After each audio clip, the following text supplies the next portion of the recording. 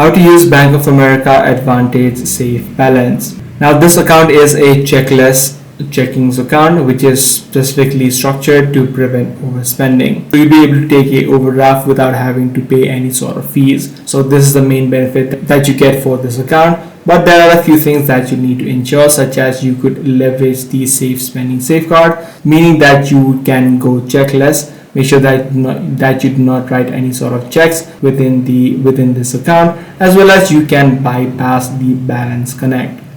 Secondly, you can also waive off the monthly fee that you get for this account, but there are a few criteria that you need to match, such as your account needs to be under 25 age, which is perfect for high school or college students, and you need to maintain a minimum balance of $500. Apart from this, you'll be able to manage or navigate to your digital tools such as the Erica Assistant, which should be available within the account section or on the top of your screen. So this is the exact way on how you do it. If this video was helpful to you, be sure to subscribe. I'm going to see you in the next one.